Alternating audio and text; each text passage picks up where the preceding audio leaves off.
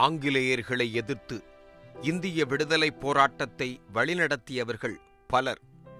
அதில் பாரதியை விட்டுவிட்டு இந்திய வரலாற்றை எழுதிவிட முடியாது. அவன் மகாகவி மட்டுமல்ல, தனது கூரிய எழுத்துக்களால், வீரம் மிகுந்த பாடல்களால் மக்களிடையே விடுதலை போராட்ட தனல் அணையாமல் பார்த்து கொண்டவன். அச்சம் தீரும் அமுதம் விளையும், அச்சம் தீரும் அமுதம் விளையும், வித்தை வளரும் வேள்வியோங்கும்.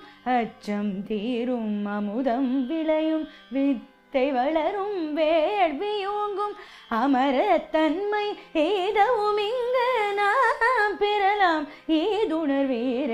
அமரத்தன்மை ஏதவும் இங்கு நாம் பெறலாம் ஏதுணர்வீர.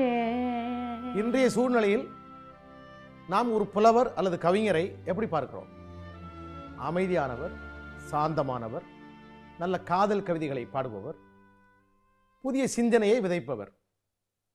ஆனால் கவிதையை கொண்டு ஒரு சுதந்திர போராட்டத்தை முன்வைக்க முடியும், அதில் வெற்றி கொள்ள முடியும் என்று நிரூபித்தவர் பாரதியார். அதனால்தான் அவருக்கு மகாகவி என்ற பட்டம். மகாகவி சுப்பிரமணிய பாரதியாரோட பிறந்த நாள் இன்னைக்கு. பாரதியார் அப்படின்னு சொல்லும் போதே நமக்கு ஒரு ரெவல்யூஷனரி போயட்டோட சங்கல்பம் தான் மனசுல வருது. அதாவது ஒரு வீரம், வீரம்னா வீரம், அதுக்கப்புறமா காதல்னா காதல், ஒரு கொஞ்சி ஒரு குழந்தைகிட்ட பேசணும்னா அந்த மாதிரி பாடல்கள். பாரதியாரை நேசிக்காத எந்த ஒரு தமிழனுமே இருக்க முடியாது அப்படிங்கிறது என்னோட ஒரு தாழ்மையான ஒரு அபிப்பிராயம்.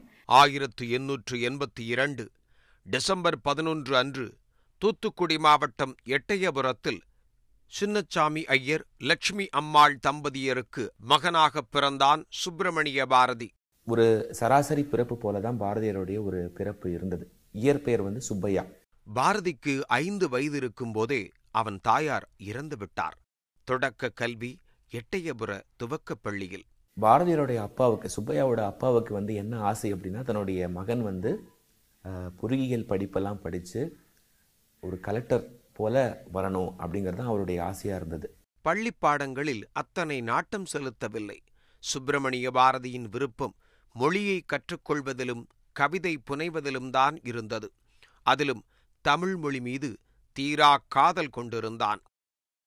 வகுப்புல கூட கணக்கு வாத்தியார் பாடம் நடத்தும்போது ஒரு சில சமயங்களில் பாரதியார் எழுப்பி கேள்வி கேட்கும்போது கணக்கு அப்படின்னு அந்த ஒரு வார்த்தையை ஆசிரியர் சொன்ன உடனேயே பாரதியாருடைய மூளை எப்படி வேலை செய்யும்னா, கணக்கு, மணக்கு, பிணக்கு, உனக்கு, எனக்கு, அப்படிதான் அவருடைய சிந்தை இருந்தது. சிறுவன் சுப்பையாவின் தமிழ் புலமையை மெச்சி எட்டயபுர மகாராஜா வழங்கிய பட்டம்தான் பாரதி என்கிற பெயர். அந்த பட்டமே சுப்பிரமணியனின் அடையாள பெயராக மாறிப்போனது. அவருடைய தமிழ் புலமையை எட்டயபுர மகாராஜாவுக்கு ரொம்ப பிடித்தமான ஒரு விஷயம், ரொம்ப பிரபலமாக இருந்தது. அவருடைய புலமை ஊரெங்கும் பேசப்பட்டது. அதனால பாரதியார் மேல அந்த மகாராஜாவுக்கு என்றைக்குமே மதிப்பு ரொம்ப அதிகம். திருநெல்வேலி இந்து கல்லூரி உயர்நிலைப் பள்ளியில் பயின்று கொண்டிருந்த போதே பாரதியின் 14வது வயதில் 7 வயதான செல்லம்மாவுடன் திருமணம் நடந்தது. பாரதியாருடைய அப்பா சின்னசாமி ஐயருக்கு எட்டயபுரத்திலேயே ஒரு மிகப்பெரிய ஆலய நிறுவி நடத்தணும் அப்படிங்கிறது தான் கனவாக இருந்தது. அதற்காக அவர் எட்டயபுர மகாராஜா கிட்ட கூட உதவிகள் பெற்று வந்தார். ஆனால் என்ன ஆச்சு அப்படின்னா, சில சூழ்ச்சிகளால், ஆங்கிலேயர்களோட சில சூழ்ச்சிகளால் அந்த கனவு தகர்ந்து போச்சு. அந்த ஆலையை அவரால் உருவாக்க முடியலை. அந்த ஒரு பெரிய ஏமாற்றம் ஏற்பட்டு அவருடைய உடல்நிலை ரொம்ப பாதிக்கப்பட்டது. பாரதியாருக்கு அப்போது தன்னுடைய 10 பருவங்களில் இருந்தார் பாரதியார். பள்ளி படிப்பு தொடர்ந்து நடைபெற்றுட்டு இருந்தது.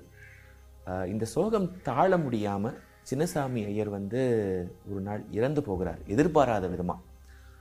அந்த பணம் எல்லாம், சேர்த்து வைத்த பணம் எல்லாமே இந்த தொழிலுக்காக, இந்த வணிகத்துக்காக போயிட்டதுனால, எழுந்ததுனால அந்த குடும்பத்தை வறுமை ஆட்கொள்கிறது.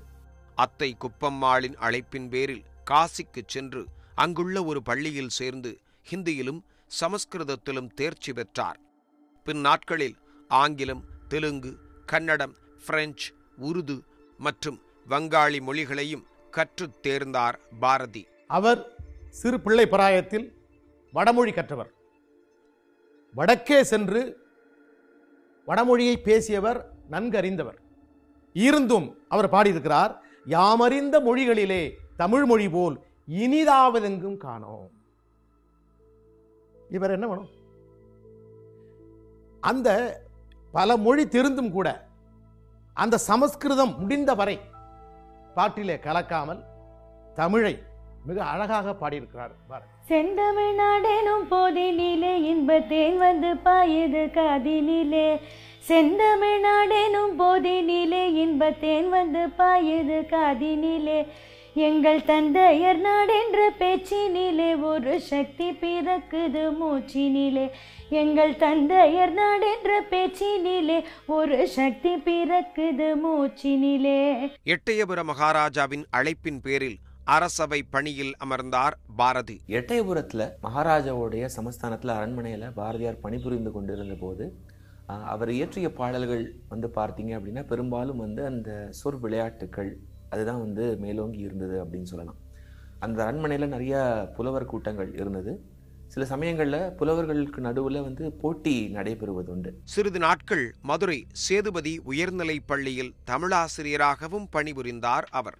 நாடு வந்து மிகப்பெரிய ஒரு போராட்டத்தை, அந்த சூழ்நிலையை சந்தித்து கொண்டிருந்த ஒரு காலகட்டம். ஆங்கிலேயர்கள் வந்து நம்மை ஆண்டு கொண்டிருந்த அந்த காலகட்டம். நம்மால் இதுக்கு வந்து எதுவுமே செய்ய முடியலையே அப்படிங்கிற ஒரு உறுத்தல் அவருடைய ஆழ் மனதில் இருந்து கொண்டே இருந்தது.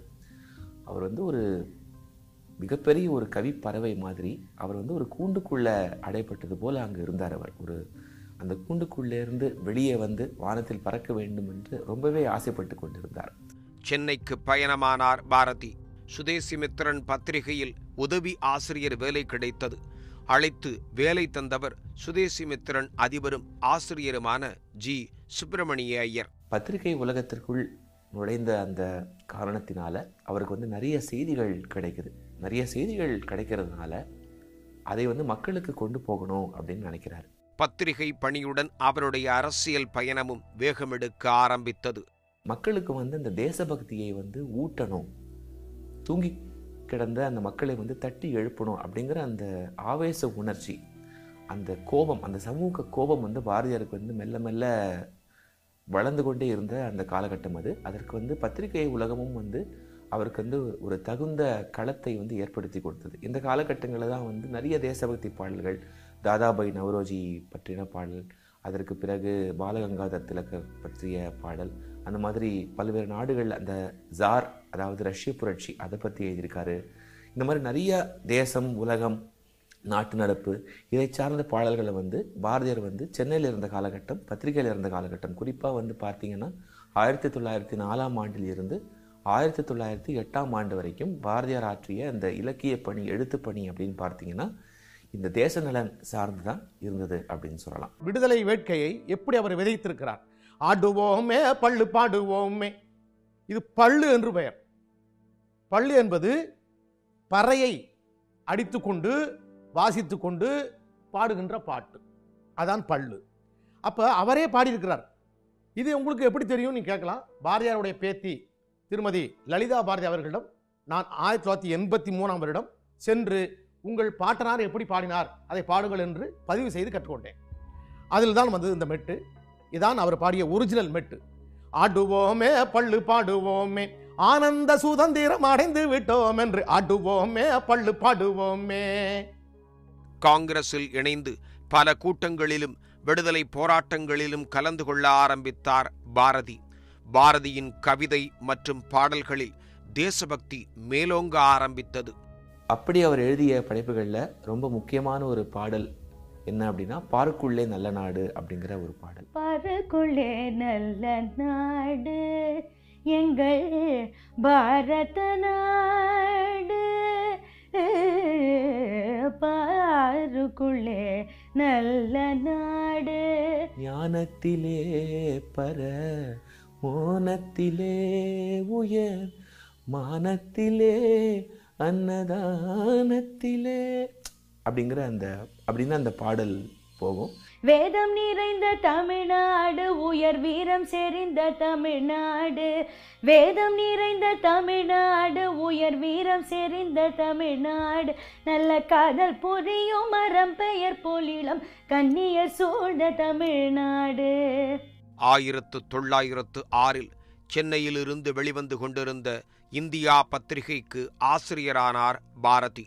இந்த சமயத்தில் தான் வ.உ. சிதம்பரனாரை சந்தித்தார் அவர். சிந்து நதியின் மீசை நிலவினிலே சேரன நாட்டிளம் பெண்களுடனே. அதில் எனக்கு சிங்கள தீவிற்கோர் பாலம் அமைப்போம் அந்த வரி இப்போ அவருடைய பாடல்களை எப்போ தமிழ் நான் நல்லா உள்வாங்கிக்கிட்டேனோ, தமிழ் மொழியை நல்லா புரிஞ்சுக்கிட்டேனோ, அப்போ அந்த இதெல்லாம் ரொம்ப பிடிச்சது. காரணம் என்னன்னா, நம்ம இப்போதான் சொல்லிட்டு இருக்கோம் நம்மளுடைய உடன்பிறப்புகள் இலங்கையில் இருக்காங்கன்னு சொல்லிட்டு நம்ம சொல்லிட்டு இருக்கோம். ஆனால் பாரதியார் அன்னைக்கே பாடிட்டார். வ.உ. சிதம்பரம், சுப்பிரமணிய பாரதி மற்றும் சுப்பிரமணிய சிவா இணைந்து பாலகங்காதர திலகரின் வழிகாட்டுதலில் காங்கிரஸ் கட்சியின் சார்பில் ஆங்கிலேயர்களுக்கு எதிராக பல போராட்டங்களை நடத்தினர். சுயமாக ஒரு கப்பல் கம்பெனியையே துவக்கினார் வ.உ. சிதம்பரனார். அந்த நிகழ்வுகளை கொண்டாடி புகழ்பெற்ற பல பாடல்களை எழுதினார் பாரதி. இப்போ ஒரு காலகட்டத்தில் பார்த்தீங்கன்னா, சுதந்திரம் நம் நாட்டுக்கு இந்திய நாட்டிற்கு கிடைத்து விட்டது என்று கற்பனை செய்து ஒரு பாடல் எழுதியிருக்காரு, வெள்ளிப்பனி மலையின் மீது உலாவுவோம்னு. அதில் பார்த்தீங்கன்னா சில வரிகள் பார்த்தீங்கன்னா அவர் சொன்னது தீர்க்கதரிசியாக சொல்லியிருக்காரோன்னு சொல்லிட்டு நமக்கு இப்போ நினைக்க தோணுது. அது ஆயுதம் செய்வோம், நல்ல காகிதம் செய்வோம், உண்மைகள் சொல்வோம், பல வன்மைகள் செய்வோம் அப்படின்லாம் எழுதியிருக்காரு. அதுலேயே பார்த்தீங்கன்னா நம்ம கங்கையில் பேசினால் காஞ்சியில் இருக்கிறவர்களுக்கு கேட்க வேண்டும்னு பேசியிருக்காரு, பாடியிருக்காரு. அந்த பாடல் வரிகள் எழுதியிருக்காரு. அதெல்லாம் பார்த்தீங்கன்னா இப்போ உண்மையாலுமே செல்ஃபோன் எடுக்கிறோம், டக்குன்னு பேசுகிறோம், நம்ம அப்படியே காஞ்சியில் இருக்கிறவங்களுக்கு எங்கே இருந்தாலும் உலகத்தில் இருக்கிறவங்களுக்கு கேட்குது இல்லையா? அந்த மாதிரி இன்னொன்று சொல்லியிருக்காரு, நிலாவுக்கு விண் விடுவோம்னு. இவர் எழுதின காலகட்டத்தில் பார்த்தீங்கன்னா அந்த விண் எல்லாம் நிலாவுக்கு விட்டது இல்லை. அதுக்கு பின்னாடி தான் பார்த்தீங்கன்னா விஞ்ஞானத்தை அப்படி வளர்ப்போம், நம்ம கற்பனையில் எழுதியிருக்கார், நம்ம விஞ்ஞானத்தை வளர்ப்போம், நிறைய ஆயுதங்கள் செய்வோம், காகிதங்கள் செய்வோம், காகித தொழிற்சாலைகளை ஏற்படுத்துவோம் அப்படியெல்லாம் சொல்லிட்டு அவ்வளோ ஆசையாக இருந்திருக்காரு, அவ்வளோ ஆசையாக எழுதியிருக்காரு. பாரதியின் எழுத்துக்கள் மற்றும் பாடல்களுக்கு மிக கடுமையான எதிர்ப்பு வந்தது பிரிட்டிஷ் ஆட்சியாளர்களிடமிருந்து. சென்னையிலிருந்து பிரான்ஸ் ஆட்சி புரியும் புதுச்சேரிக்கு 1908 குடிபெயர்ந்தார் பாரதி. இந்தியா இதழையும் புதுச்சேரியிலிருந்து நடத்தி வந்தார். புதுச்சேரியில் அவர் இருந்த காலகட்டத்தில் ஆன்மீக முகம், தத்துவம், ஞானம், தேசபக்தி எல்லாமே கலந்து ஒரு புதிய பாரதியாவே மாறியிருந்தார். பாரதி புதுச்சேரியில் இருந்தபோதுதான் அவருடைய சமூக பார்வை மேலும் விசாலமடைந்தது. இங்குதான் தனது ஹரிஜன சீடரான ரா கனகலிங்கத்திற்கு பூநூல் அணிவித்து புரட்சி செய்தார் அவர். அதே காலகட்டத்தில் தான் அவர் நிறைய பெண் விடுதலை பாடல்களை பாடினார். பெண்களும் சக உயிர்கள் தான், அவர்களையும் ஆண்கள் மதிச்சாதான் நம்ம ஒரு உயர்ந்த மேம்பட்ட சமூகமாக ஆக முடியும். அதை ஒதுக்கி தள்ளிவிட்டு விடுதலை விடுதலை சுதந்திரம் அப்படிங்கிற பேச்சுக்கு பேசுறது ரொம்ப மதிப்புடையதாக அர்த்தமுள்ளதாக இருக்காது என்று நம்பியவர் பாரதியார். புதுவையில் இருந்தபோது தேசபக்தி அல்லாத பல கவிதைகள் மற்றும் பாடல்கள் எழுதினார் பாரதி. பாரதியார் புதுச்சேரியில் இருந்த காலகட்டத்தில் அவர்கிட்ட இருந்து சிறந்த படைப்புகள்லாம் வெளிவந்தன. கண்ணன் பாட்டு, குயில் பாட்டு, பாஞ்சலி சபதம் இவற்றையும் தாண்டி பாரதியாருடைய புதிய ஆத்திசூடி இந்த புதுச்சேரியில் தான் கருக்கொண்டது அப்படின்னு சொல்லலாம். பாரதியாருக்கு ஔவையார் மேலே ரொம்ப மதிப்பு அதிகம். பாரதியாருக்கு நம்ம பழைய தமிழ் இலக்கியங்கள் மீது ஆழ்ந்த ஞானம், பற்று எல்லாமே உண்டு, புலமை எல்லாம் உண்டு. அதோடைய தாக்கம் காரணமாக அன்றைய காலகட்டத்துக்கு ஏற்ப, அன்றைய சூழலுக்கு ஏற்ப ஒரு புதிய ஆத்திசூடியை பாரதியார் பாடினார். குயில் பாட்டு, கண்ணன் பாட்டு, பாஞ்சாலி சபதம், புதிய ஆத்திச்சூடி போன்ற படைப்புகள் உருவானது இந்த சமயங்களில் தான். ஓடி விளையாடு பாப்பா, நீ ஓய்ந்திருக்கலாகாது பாப்பா. ஸோ அது குழந்தைகளை ஆக்டிவாக இருக்கிறதுக்கும், அவங்க காலையிலேருந்து என்ன பண்ணணும் அப்படின்ற ஒரு ஷெட்யூல் எல்லா அம்மாவும் குழந்தைகளுக்கு கொடுக்குற மாதிரி அவர் கொடுப்பார். காலையில் எழுந்தவுடனே படிப்பு, பின்பு கனிவு கொடுக்கும் நல்ல பாட்டு, மாலை முழுதும் விளையாட்டு, இதை வழக்கப்படுத்தி கொள்ளு பாப்பா அப்படின்னு அழகாக கொடுத்துருக்காரு. ஓடி விளையாடு பாப்பா. ஸோ எவ்வளோ சிம்பிளான ஒரு பாப்பா கூட அதுலேயும் ஒரு வீரமோட எலிமெண்ட் அவர் புகுத்தி இருக்காரு. அதே மாதிரி அவரோட காதல் பாடல்கள் யாருக்கு தான் பிடிக்காது? ஐ திங்க் சின்னஞ்சிறு கிளியே Kannamma is the all time favourite. சின்னஞ்சிறு கிளியே கண்ணம்மா, சின்னஞ்சிறு கிளியே கண்ணம்மா, செல்வ களஞ்சியமே. சின்னஞ்சிறு கிளியே கண்ணம்மா, செல்வ களஞ்சியமே. என்னை களி தீர்த்தே உலகில், என்னை களி தீர்த்தே உலகில் ஏற்றம் புரிய வந்தார். கண்ணனை வந்து காதலியா பாவிச்சு பாரதியார் வந்து எழுதின பாடல்கள் அந்த கண்ணம்மா பாடல்கள். தான் வந்து காதலனாகவும் கண்ணனை வந்து காதலியாகவும் பாவிச்சு கண்ணனை வந்து பெண்ணா பார்த்து கண்ணம்மா அப்படின்னு அவரை பார்த்து அழைக்கிறார். அப்போ எழுதின ஒரு பிரபலமான ஒரு பாடல் தான் வந்து சுட்டும் விழி சுடர்தான் கண்ணம்மா சூரிய சந்திரரும், வட்டக்கருவிழி கண்ணம்மா வான கருமை கொள்ளும், பட்டு கருநீல புடவை பதித்த நல்வைரம், நட்ட நடுநிசியில் தெரியும் நட்சத்திரங்களடி. காற்று வெளியிடை கண்ணம்மா, நிந்தன் காதலை எண்ணி கழிக்கின்றேன். அமுதூற்றினை ஒத்த இதழ்களும் இதழ்களும் அமுதூற்றினை ஒத்த இதழ்களும் நிலவூரித்ததும்பும் விழிகளும். புதுச்சேரியில் பாரதியார் இருந்த காலகட்டத்தில் வந்து அவர் எழுதிய ஒரு முக்கியமான படைப்பு, பிரபலமான ஒரு பாடல் வந்து காணி நிலம் வேண்டும் அப்படிங்கிற ஒரு பாடல். காணி நிலம் வேண்டும் பராசக்தி, காணி நிலம் வேண்டும் அப்படிங்கிற ஒரு பாடல். அந்த பாடலில் வந்து அவருடைய கனவு வந்து அப்படியே வெளிப்படும்.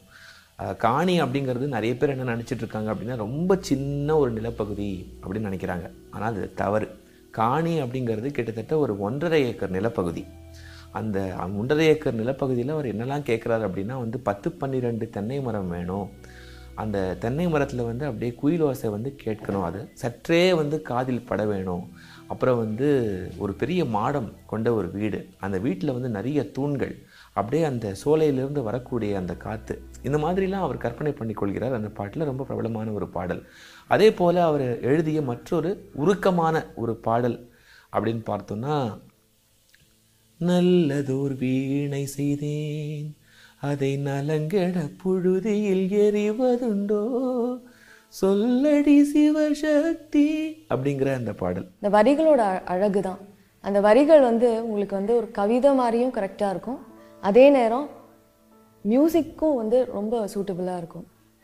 அந்த அந்த டியூனோட அந்த பாட்டையும் அந்த டியூனையும் சேர்த்து, அந்த வேர்ட்ஸையும் அந்த டியூனையும் சேர்த்து பாடுறச்ச ரெண்டும் அவ்வளோ நல்லா ஒன்னா சேரும். அச்சமில்லை அச்சமில்லை அச்சம் என்பதில்லையே, அச்சமில்லை அச்சமில்லை அச்சம் என்பதில்லையே, உச்சி மீது வானிடிந்து விழுகின்ற போதிலும் அச்சமில்லை அச்சமில்லை அச்சம் என்பதில்லையே, அச்சமில்லை அச்சமில்லை அச்சம் என்பதில்லையே, அச்சமில்லை அச்சமில்லை அச்சம் என்பதில்லையே, அச்சமில்லை அச்சமில்லை அச்சம் என்பதில்லையே, அச்சமில்லை அச்சமில்லை அச்சம் என்பதில்லையே, உச்சி மீது வானிடிந்து விழுகின்ற போதிலும் அச்சமில்லை அச்சமில்லை அச்சம் என்பதில்லையே.